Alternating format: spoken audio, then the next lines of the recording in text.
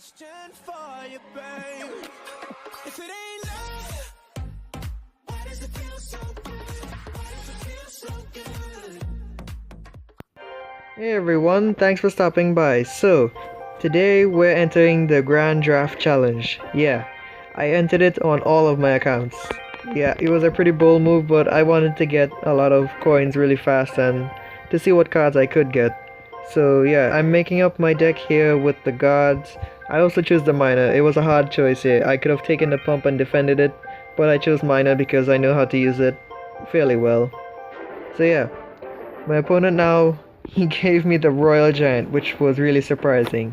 I know a lot of people hate the Royal Giant. I kinda hate it as well, but the chip damage was welcomed in this match. So I know I gave him Skeleton Army, so I was just holding that log in case he dropped it on me really early there. But unfortunately he dropped the Prince.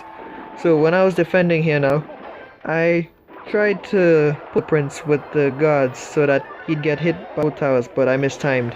Yeah, the guards were just a little too fast. And it gives him the chance to set up a graveyard push here, and my Ewiz couldn't do much. It died and he just got a lot of damage done fairly easy. So I wanted to send my miner in, but yeah, it was too late. The witch was out already and she was distracting the jack. So I dropped my wizard on defense now, and he contemplates on the rocket, and by the time he decides to rocket, look what happens. He misses the wizard. I didn't care if he was gonna hit it or not, I just went in with that hog. Just had to get a swing quick. So yeah, the wizard clears up that skeleton army and he drops his prince now to counter the wizard. But this time I learned from my mistake from the last defense, and I placed my guards closer to the prince so that they all attack him. And now with the Ewiz behind the guards, they run up to the tower and the Ewiz actually gets to get a few shots off, and all he could do was just arrow. But the damage the Electro Wizard did by himself on the tower was just enough to make me feel that it was worth. So again now my opponent tries to build up a push, this time from the back with the witch, but I dropped the Royal Giant already and that tower is basically gone. There was no skeleton army in rotation, so couldn't do much with the log.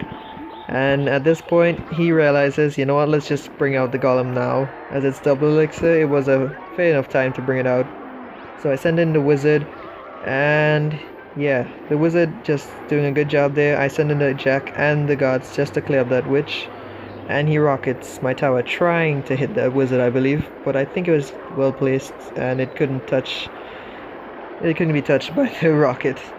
But now the tower is on 333 health. I waste no time, I'm just going for that second tower.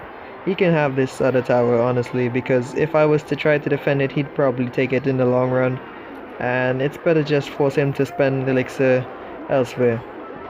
So I tried to counter the prince that I knew he would drop on defense, but it didn't work out that great. And now he's gonna do the same thing again.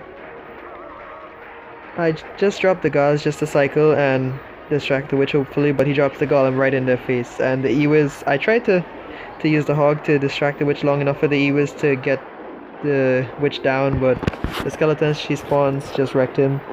And now I'm just stockpiling up on guards here, because I got 6 guards down and he rockets here, but I'm like, you know what, screw this, that rocket probably won't kill it, and yeah, we take the win there just by a hair. So I hope you all enjoyed this video. Stay tuned for the next one. We'll be right back. And we're back, folks. So here we are in yet another match in the Grand Draft Challenge, and I'm thinking hard here, but I decided to take the Ice Golem as it's a good tank.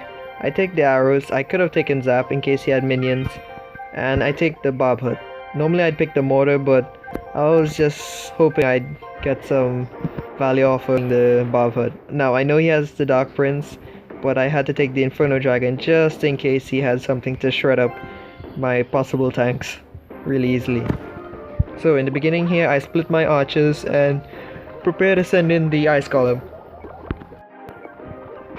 So I send in the Ice Golem here just to try to take out that mortar, but he predicts me trying to counter it and he drops the Dark Prince. So I send in my P.E.K.K.A. to try to counter it, and yeah, the mortar is still distracted by the archer, on the other side, so thankfully didn't really get any damage on my tower except for that one blast from before, but we can live with that.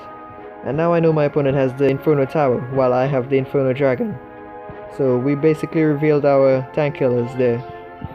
So now's about as good a time as any to drop the Bob Hut. I know Bob Hut is really expensive, but trust me, in long games it can work out fairly well, just constantly pressuring a lane with barbarians that will make it to the tower. And now he drops the Ice Wizard here to try and stall. So I drop my archers and split them actually, just so that one archer can run off into the other lane and possibly distract and get some chip damage. Now my opponent with the Dark Prince I really shouldn't have given him it, because it actually defended fairly well against the Bob Hut. So yeah, I dropped my Inferno Dragon the same time he drops the Golem. In my mind here I was like, oh crap, I shouldn't have done this. But I have a mirror thanks to him. So I'm thinking, you know what? Let's bring in a level 2 Inferno Dragon and see what he can do. Unfortunately he has Zap, which kinda kills my Inferno's use. But I sent in a P.E.K.K.A. and then I think I dropped an Ice Golem in front, just to tank for that Inferno Dragon. Well, the Inferno Dragon and the P.E.K.K.A. from his Inferno Tower. So yeah, I'm coming in at him here, the Bobs trickling out with whatever HP they have left. And my opponent is kind of panicking, so he has to poison everything. The poison was annoying, honestly. But one Inferno Dragon gets to the tower, and it was the level 2. So it does a great deal of damage there, and yeah. My opponent just defended with the mortar. I tried to rush with the P.E.K.K.A. My opponent is crying because if I had tried that same move again, I would have won. But yeah, I decided to rush with the P.E.K.K.A. there. So that P.E.K.K.A. just went to waste, honestly. I really should have thought that through, but I was having fun. And now I decided to mirror the Barbarian Huts just to be really annoying here. And honestly, 2 Barbarian Huts is kind of hard to deal with if you don't have the poison rotation. And yeah, he did, but he couldn't hit everything, I guess. Or he was just, I don't know, he was just panicking with that poison. So I dropped the Ice Golem there to take out the mortar, but it didn't. The P.E.K.K.A. walks up now and his Inferno Tower is still standing. My Inferno Dragon is trying to help out, and he poisons again just to stall. So in my mind now, I was like, you know what, let's just end this game regardless of how I do it. I don't care how cheap I'll be.